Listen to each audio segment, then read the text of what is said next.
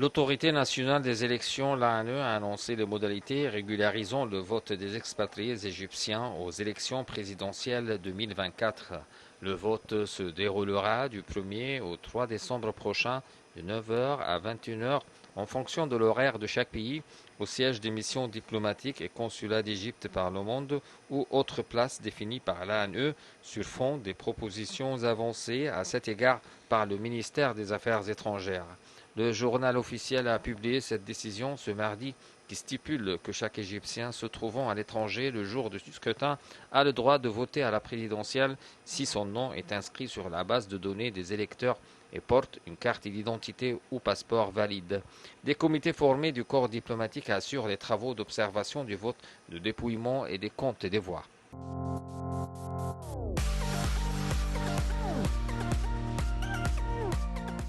Le Premier ministre Mustafa Madbouli a souligné l'importance du rôle joué par l'Égypte face à la situation actuelle dans la bande de Gaza. Pour sa part, le ministre de la Santé et de la Population, Khaled Abdel-Ghaffar, s'est entretenu avec l'ambassadeur turc en Égypte, Saleh Mutlu Sen, le ministre adjoint de la Santé turque pour les relations étrangères. Également, Dr Khaled Abdel-Ghaffar a reçu au siège du ministère, dans la nouvelle capitale administrative, des représentants de l'Organisation mondiale de la santé et de l'UNICEF pour discuter de la coopération conjointe dans la fourniture d'une aide médicale d'urgence à Gaza.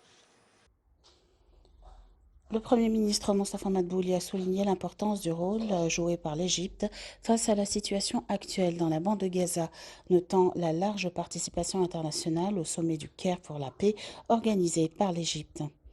Le chef du gouvernement a fait état des efforts déployés par l'Égypte pour assurer l'arrivée de l'aide humanitaire et du matériel de secours dans la bande de Gaza. Au cours de la réunion du gouvernement au siège du Conseil des ministres dans la nouvelle capitale administrative, M. Madbouli a également passé en revue les résultats de sa participation au nom du président Abdel Fattah el-Sisi au 3e forum de la ceinture et la route pour la coopération internationale qui s'est tenu dans la capitale chinoise, à Pékin. La visite a été marquée par la signature d'un certain nombre d'accords importants, en plus de la tenue de plusieurs rencontres avec des représentants d'un certain nombre de grandes entreprises chinoises et d'institutions financières internationales, a expliqué M. Madbouli. Pour sa part, le ministre de la Santé et de la Population, Khaled Abdel-Ghaffar, s'est entretenu avec l'ambassadeur turc en Égypte, Saleh Mutlu Sen, le ministre adjoint de la Santé turc pour les relations étrangères, Selim Kilic, est directeur du service des urgences du ministère turc de la Santé. Les deux parties ont examiné la coopération commune pour l'accès du matériel de secours à Gaza, selon le porte-parole du ministère, Hossam Abdel-Ghaffar. Le ministère turc de la Santé est prêt à envoyer 10 ambulances équipées, a dit le responsable turc. Il doit envoyer 3 avions chargés d'aide médicale. Également, Khaled Abdel-Ghaffar a reçu au siège du ministère dans la nouvelle capitale administrative des représentants de l'Organisation mondiale de la santé, de l'UNICEF, pour discuter de la coopération conjointe dans la fourniture d'une aide médicale d'urgence à Gaza. La rencontre a porté sur la coopération entre le ministère de la Santé, l'Organisation mondiale de la santé et l'UNICEF pour fournir une aide médicale urgente à Gaza via l'Égypte, et ce, à la demande de ces organisations, a déclaré le porte-parole du ministère de la Santé. Le ministre a passé en revue les efforts entrepris par le ministère à ce sujet, notamment en matière des convois transportant de l'aide médicale et le traitement des blessés dans les hôpitaux égyptiens.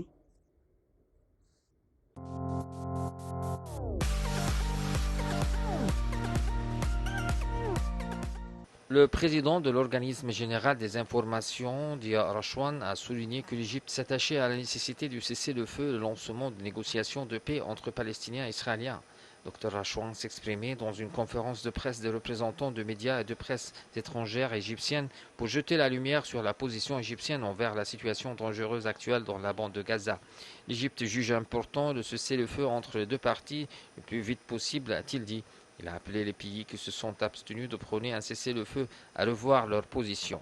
Dr Rachwan a souligné que la position de certains pays occidentaux constitue une négligence du droit international humanitaire de la Charte des Nations Unies décrivant ce qui se passe actuellement dans la bande de Gaza comme n'ayant aucun lien avec le droit international. L'Égypte continuera d'appeler à une solution basée sur la légitimité internationale et sur les résolutions des Nations Unies et du Conseil de sécurité qui n'ont jamais été mises en œuvre et que la résolution internationale numéro 181 doit s'accompagner de négociations ultérieures visant à établir un État palestinien indépendant sur l'ensemble du territoire palestinien occupé le 5 juin 1967 avec Jérusalem-Est pour capitale. Il a souligné que ce qui avait initialement entravé l'accès et l'aide humanitaire dans la bande de Gaza, c'était l'intransigeance de la partie israélienne et son refus de l'acheminer aux Palestiniens.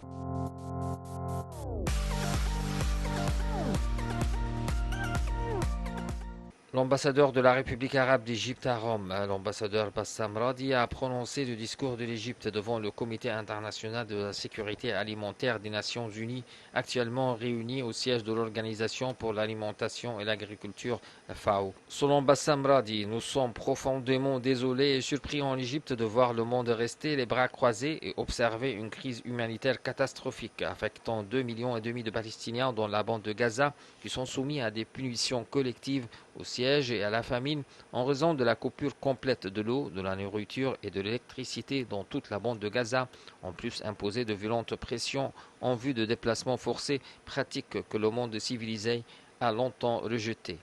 L'ambassadeur Bassam Radi a également évoqué que M. Antonio Guterres, secrétaire général des Nations Unies, avait déclaré il y a quelques jours devant le terminal de Rafah où il avait exprimé sa profonde tristesse face à la situation humanitaire à Gaza, ajoutant que derrière le terminal qui sépare l'Égypte de la bande de Gaza, il y a 2 millions de personnes qui souffrent terriblement sans eau, sans nourriture, sans médicaments ni carburant, alors que nous avons de nombreux camions chargés d'eau, de nourriture et de médicaments qui font la différence entre la vie et la mort pour les habitants de Gaza.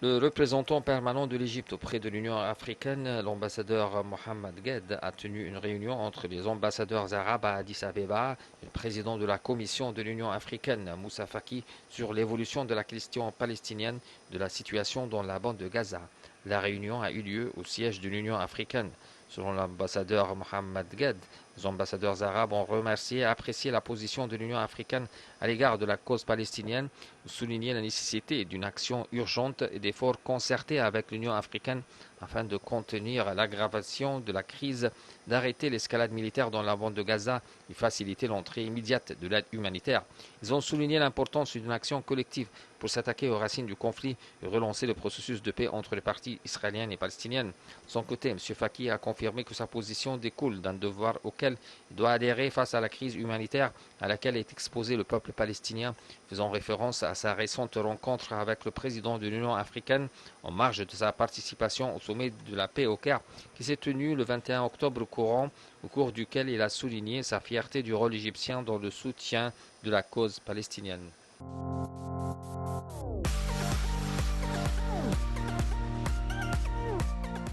L'Égypte est le partenaire naturel de coopération pour notre pays dans la création de l'initiative La ceinture et la route, d'autant plus qu'elle est le trait d'union commerciale et culturelle entre l'Orient et l'Occident dans l'histoire, a déclaré mardi l'ambassadeur de Chine en Égypte, Liao Liqiang, signalant que la nouvelle vitalité de l'ancienne route de soie datant des milliers d'années s'étend à la nouvelle ère. L'Égypte est le partenaire naturel de coopération pour notre pays dans la création de l'initiative La ceinture et la route, d'autant plus qu'elle est le trait d'union commercial et culturel entre l'Orient et l'Occident dans l'histoire, a déclaré mardi l'ambassadeur de Chine en Égypte, Liao Liqiang,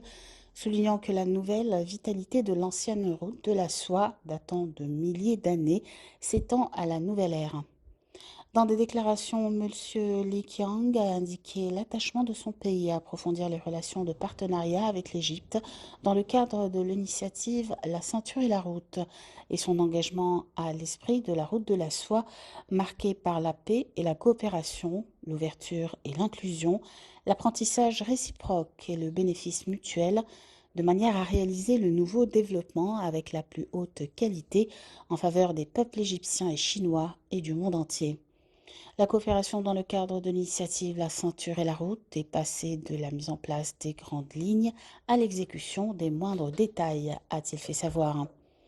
Le président chinois Xi Jinping a affirmé lors de son entretien avec le Premier ministre Moustapha Madbouli en marge de sa participation à la troisième édition du Forum international de la ceinture et de la route qui s'est tenu la semaine dernière à Pékin, la coopération fructueuse en Égypte au cours de la dernière décennie où Pékin soutient le Caire sur la voie de développement et s'attache à approfondir l'harmonisation entre les stratégies de développement et à encourager les entreprises chinoises à investir en Égypte, a dit M. Li Qiang. La Chine s'est félicitée de l'entrée de davantage de produits égyptiens distingués sur les marchés chinois, a-t-il noté, révélant le souci de son pays de travailler avec l'Égypte pour mettre en œuvre les résultats du troisième forum de la culture et de la ceinture de la route pour la coopération internationale et de renforcer la collaboration dans les domaines des infrastructures, des techniques agricoles et des énergies renouvelables, ainsi que d'élargir la communication populaire de manière à faire avancer le partenariat stratégique entre les pays.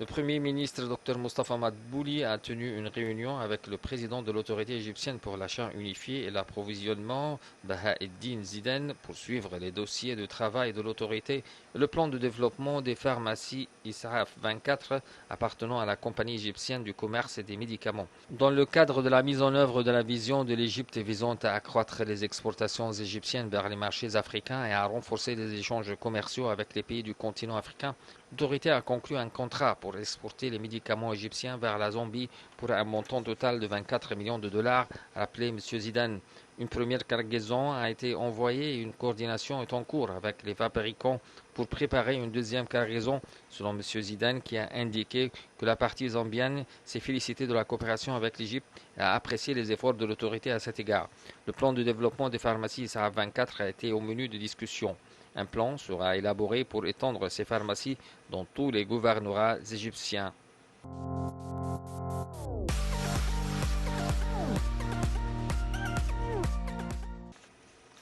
Un nouveau round de négociations a démarré au niveau ministériel sur le barrage de la Renaissance avec la participation de l'Égypte, du Soudan et de l'Éthiopie. Ceci est intervenu dans le cadre du suivi du processus de négociation en cours à l'issue de 2 rounds tenus au Caire puis à Addis Abeba lors des 2 derniers mois, sur la base d'une entente sur l'importance d'accélérer la conclusion d'un accord sur le remplissage et l'exploitation du barrage selon les directives des dirigeants de 2 pays du 13 juillet dernier, a indiqué le ministère des Ressources hydrauliques et de l'Irrigation.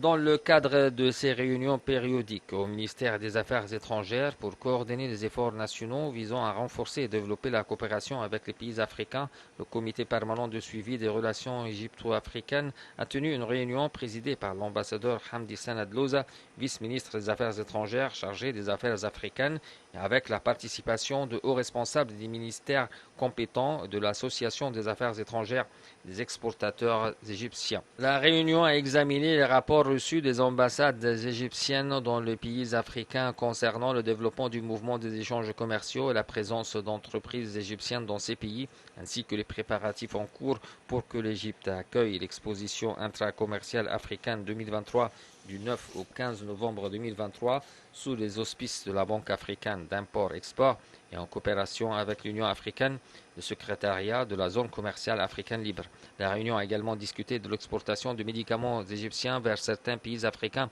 de la manière de s'en inspirer et de l'étendre en cours de la prochaine étape, ainsi que des expériences d'un certain nombre de pays dans les échanges commerciaux par les accords ou en s'appuyant sur les marchés locaux.